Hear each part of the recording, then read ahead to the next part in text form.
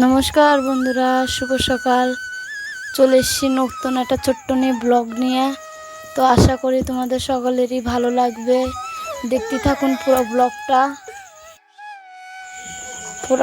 এইভাবে দেখার জন্য অনুরোধ রইল তোমাদের সকলকেই। তো চলে এসেছি সকাল 6টার থেকে শুরু করেছি আমি ব্লগটা। তো চাটা খেলাম এখন দিয়ে চন্দ্রার সঙ্গে খেলা করছিল বাবার সঙ্গে। ওর বাবা কাজে গেল, তো শুভ চন্দ্রকে দোকান নিয়ে গেছিলো একটু। তো এইগুলো কিনে নিয়ে এসে আর এই যে চকলেটগুলো নিয়ে এসছে। দেখুন দোকানদারও কি কি খাবারগুলো নিয়ে এসে রাখে, ওগুলোই ছেলে পেলে খাওয়ার জন্য পাগল হয়ে যায়। তো শুভঙ্কর স্কুল গেল, আজকের পরীক্ষা। তো একলাই চাটা খাচ্ছি। সকালে এখন চাটা খেয়ে তারপর যাবো রাস্তার দিকে যাই মাছ আর সবজিটা দেখে আসতে হবে। তো একটু দেরি করলে তো চলে যাবো আবার। তো একবার গিয়েছিলাম, আমি পাইনি, তো এখন আবার যাব। তো বিড়িটা আমার হয়ে গেছে আগের থেকে নিয়ে। তো এখন বাজে সকাল 8:30। তো বললাম যে কালি পাতা কটা ভিজে পাতাটা আগে কেটে নিই, কালি দুপুরবেলা রান্নাবাড়িটা একটু জলদি হতে পারবে না, কাজ জলদি সেরে নিয়ে বা একটা স্থলে তো রান্নাবাড়ি হয়ে যায়, কালি খাওয়া দাওয়া করে বিয়েটা নিয়ে বুঝতে পারবো। সেই জন্য দেখেন পাতাগুলো কেটে নিচ্ছি। একটু আগেই বসি 2 পুরো মতন কেটেছি।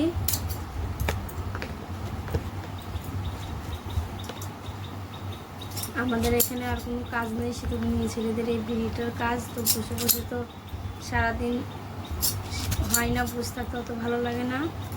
তো সেদিন পাতা কটার বিড়িটা বান্ধি অল্প অল্প করে, বেশি বান্ধি না, আর 700-800 করে দিই ডেলি। তো আজকে রাত্রে বিড়িগুলো হয়ে গেছিলো। তো সকাল উঠে মুঠাটা আগে করে নিয়েছি, দিয়ে এখন যে পাতাটা কেটে নিচ্ছি। এরকম করে এখন পাতাটা কেটে রাখলে ভালো হয়, জলদি বিড়ি পাতা বাঁধতে পারি।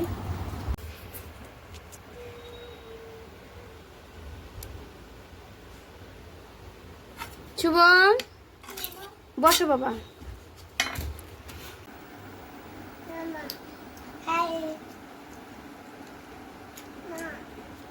চন্দা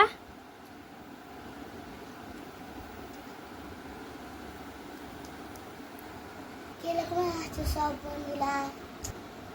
তারপর আমি স্কুল থেকে আসলাম, বললাম পাঁচটা করে এগারো মেয়েদের খিদে লেগেছে, তাই 5টা গুনে খাচ্ছি।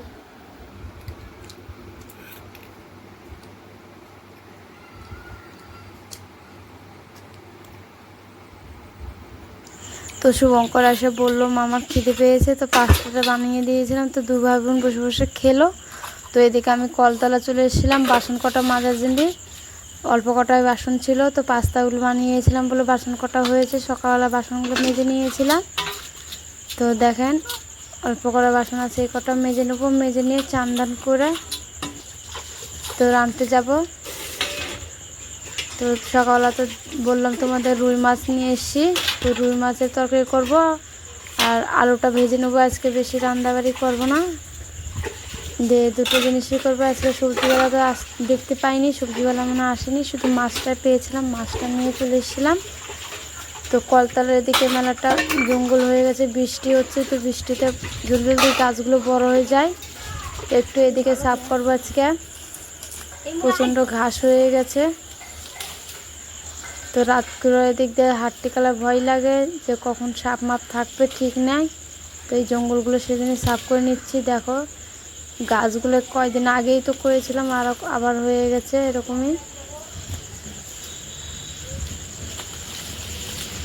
তো বৃষ্টিকালের দিন তো এখন কোনো গাছ বুনতে হয় না, একলাই হয়ে যায় সব গাছগুলো। লেকিন জঙ্গলগুলো বেশি মাত্রা হয়, তো এটার জন্য ভালো লাগে না আর।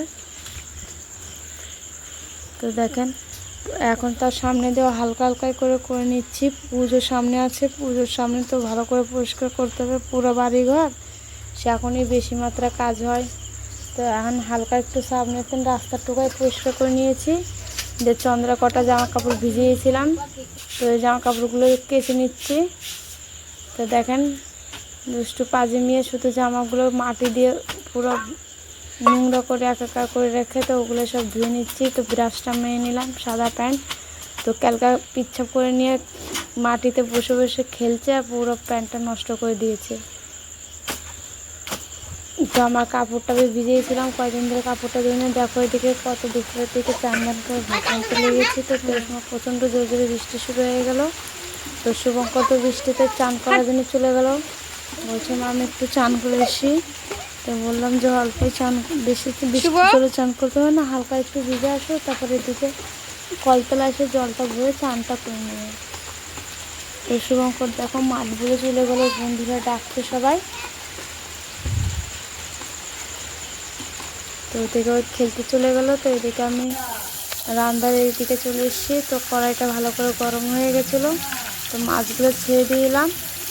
মাছটা ভাজা হয়ে গেলেই তো আমি আলুটা ভেজে নেবো, তারপরে মাছের ঝোলটা ভেজে নেবো। তো দেখুন কি সুন্দরভাবে মাছটা পাল্টিয়ে নিলাম।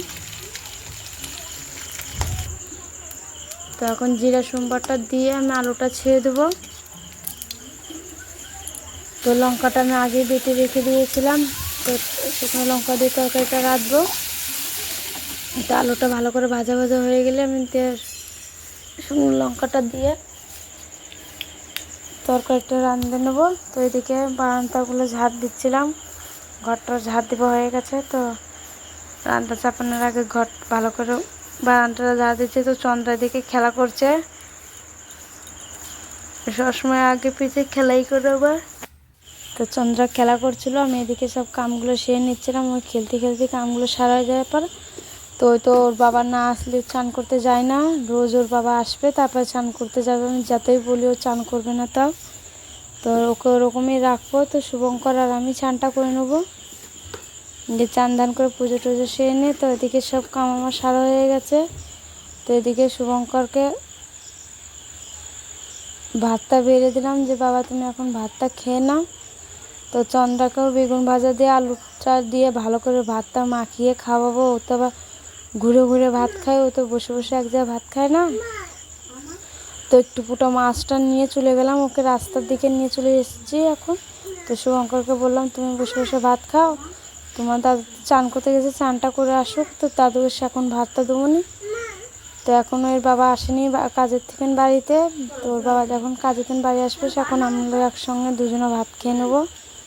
তো চন্দ্রাকে দেখো ভাত খাওয়াই দিচ্ছে, তো চন্দ্রা কেন খাচ্ছে না, খুব দুষ্টুমি করে। ওই মাঠের ওদিকে যায় ভাত খায়, ওদিকে খেলা করে আর ভাতটা খেয়ে নেয়। তো তোমার চন্দ্রার ভাতটা খাওয়া দিয়েছি, শুভঙ্কর খেয়ে নিয়েছে। তো তোমার দাদাভাই আসার আগে বললাম যে বিছনাটা গুছিয়ে নিই ভালো করে, তোমার দাদাভাই আসলে তো খাওয়া দাওয়া করে ডাইরেক্ট শুতে চলে যাবে। যে দুপুরবেলা রোজ সকালবেলা প্রচণ্ড সকালবেলা উঠে, তো ভোরবেলার দিকে 5টার আগে উঠে পড়ে। তো সেই জন্য দুপুরবেলা কটা ভাত টাত খেয়ে দেওয়ার পর একটু ঘুম পাড়ে। তো এদিকে চন্দ্রা দুপুরবেলা ভাতটা খাওয়ার পরে মেলা 3টার সময় বলছে খিদে পেয়েছে। তো একটা কলা ছিল, তো কলাটা দিলাম। তো চন্দ্রা ওই কলাটাই খাচ্ছে আর খেলছে। তো দেখেন কলাটা দেখাতে এসছে আবার। তো পুরো ব্লগটা দেখার জন্য অনেক অনেক ধন্যবাদ। ভালো লাগলে অবশ্যই কমেন্টে জানাবেন, সাবস্ক্রাইবটা করে দেবেন।